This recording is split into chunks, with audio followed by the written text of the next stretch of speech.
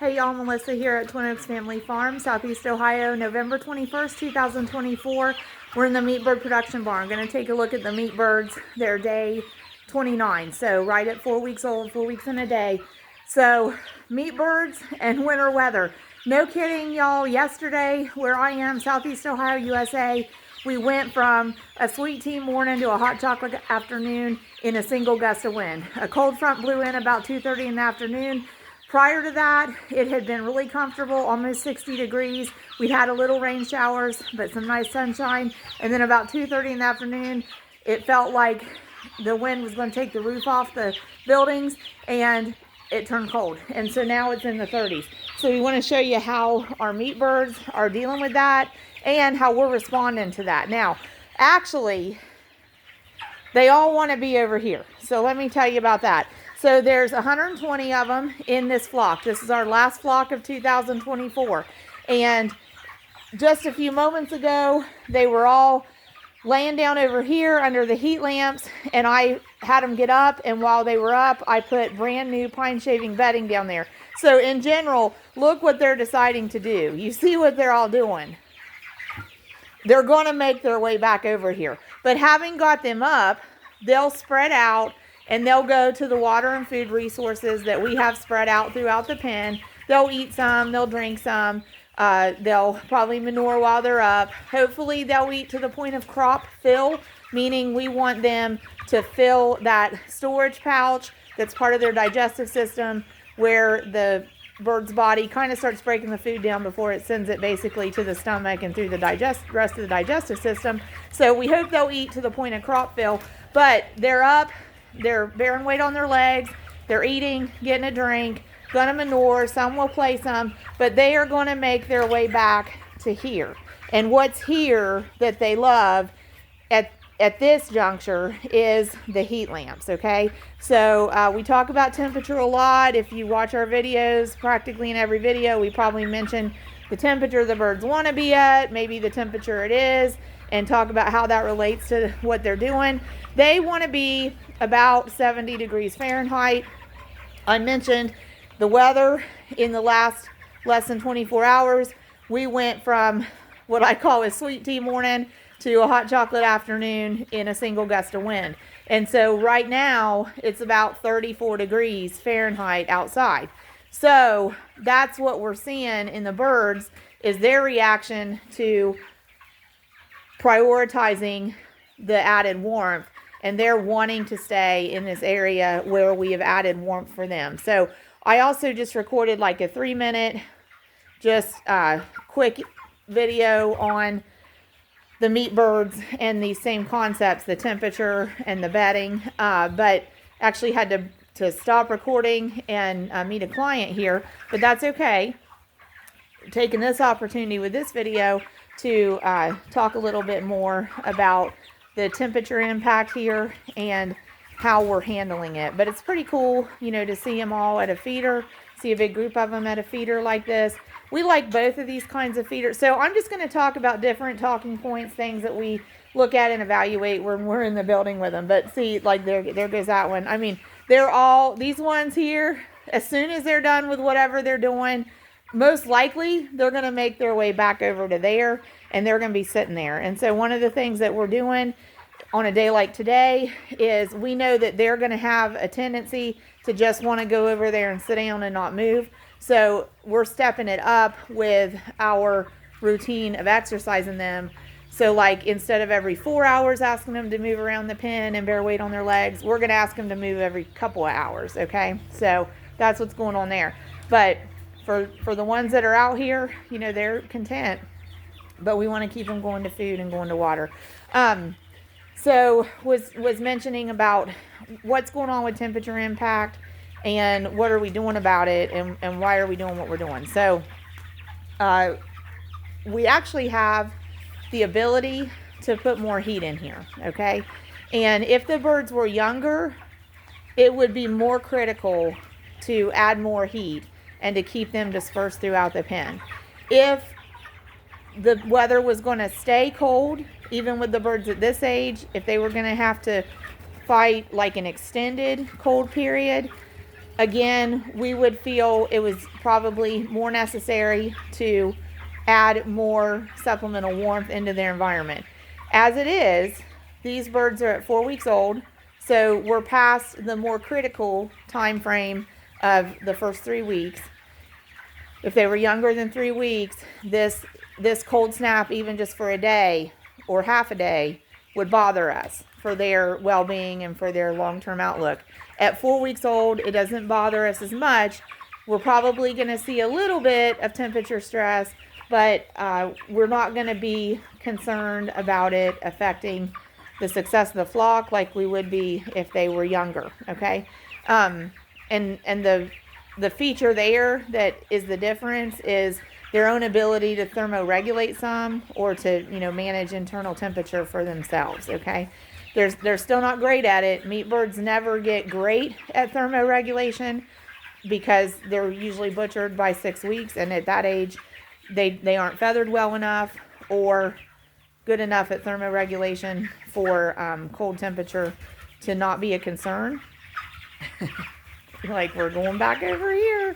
And we'll give them time over there, and then we'll show you, you know, like kind of what we're looking for. They'll settle down given time over there, but because of the way the temperature is, they're going to jockey for position for a little while. But we were seeing about temperature impact. So I said we would add more warmth if either the birds were younger, or even at this age, if we saw in the forecast that the temperature was going to stay cold.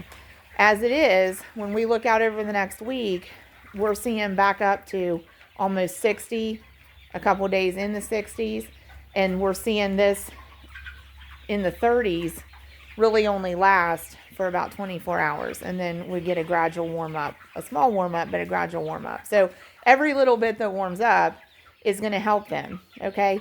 Because we are dependent on outdoor ambient temperature in here. I don't have a thermostat. I don't have a heat system that makes it a uniform temperature throughout the building. That would be ideal.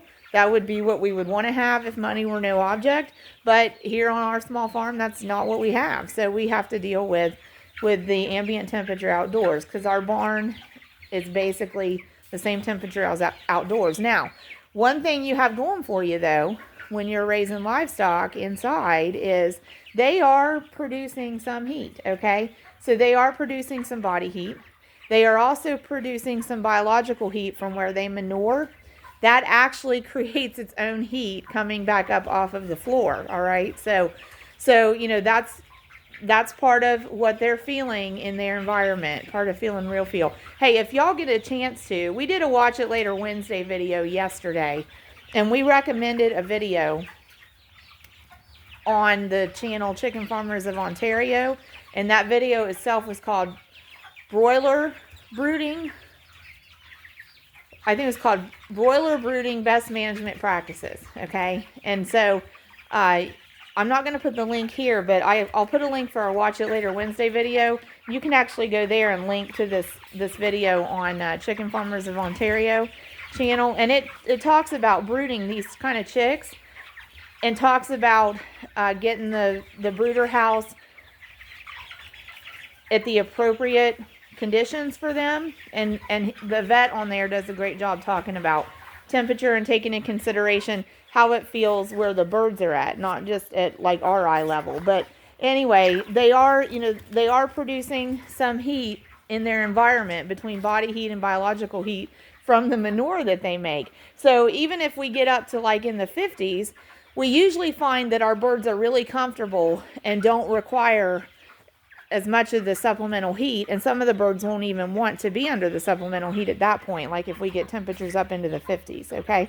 But at 30s, almost all the birds are going to want supplemental warmth. So where we see initially, you know, you saw all the birds basically dispersed over this entire area, this entire 15 by 30 foot area that's 450 square foot. You can see that now, as they're completing crop fill and getting some water and moving around a little bit, virtually the entire flock has already decided to go back to the heat lamps. So while we have the weather that we're having, at like 30 some degrees Fahrenheit, they're pretty much going to choose to stay in whatever portion of the space we have warmed. So in this case, we've only warmed about a 10 foot by 15 foot space, 150 square foot, which actually is enough room for meat birds. The only difficulty that we get into is we want to have enough feeders and waters in their space for them to always be able to go eat and go drink. And when we've got to load it with heat lamps and then they fill it with body space, with the space their bodies take up, it doesn't leave us much room for feeders and waters. And that can be a concern because we want meat birds to be able to get to food and water whenever they want to be able to get to it, at least in our production system, okay? There is something to be said for, you can give them some periods of dark, and that would, in effect, give them a little bit of some short intermittent fasting periods, like 4 hours out of every 24. But in our system, we go ahead and have lighting around the clock, and we want them to have access to food and water around the clock as well, okay? So, but you can see, I mean, there they are. When you first saw them 11 minutes ago, they were, out here, they were being active, they went ahead and utilized the whole space, but now they're done with that, they want to go back down there. So in a couple hours, I'll come back out and I'll move them back around the pen, have them get up, bear weight on their legs, and then they'll eat and they'll go back to this. And you can see, this is also not how we want to see them using heat lamps. See how they're kind of wedging against each other, pushing, jockeying for position under those lights. At some point throughout this whole space, all these birds will settle into something kind of like what we see here. Where they're not fighting, and but see, then one wants to walk right in there, but they're not fighting for it. They'll sit down, they'll be content. And so we'll basically see all these birds do that at some point, but until they feel warmer, they're going to kind of push and shove for a place. Okay. But having the warm bedding definitely helps. And then, like I said, we're going to ride this out.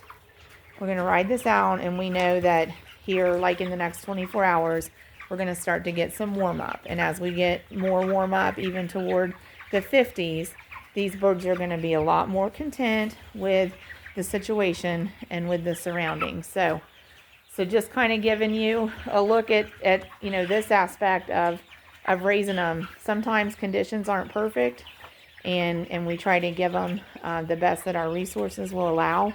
But that's why this time of year, November, for us here in Southeast Ohio, we can raise 450 birds in here, but that's why we're only raising 100, because we want to be able to give them enough supplemental warmth, enough area supplemented with warmth that, they have a chance to stay comfortable, okay? And if we filled the barn with 450 birds, we would have to put heat lamps over all of it. And honestly, we don't have the electrical infrastructure to put heat lamps over all of it. We can actually accommodate about 24 heat lamps, 250 watt bulb heat lamps in this building, but that wouldn't be enough to keep 450 chickens warm. We can manage keeping 100 or 120 warm when we have temperature dips and some extreme temperatures, but that's about going to max out, dealing with the potential for extreme conditions for us. So that's why this time of year, we wouldn't take on a bigger flock. We would stick with 100 or even 50. So, hey, thanks for joining us. Join us again, please.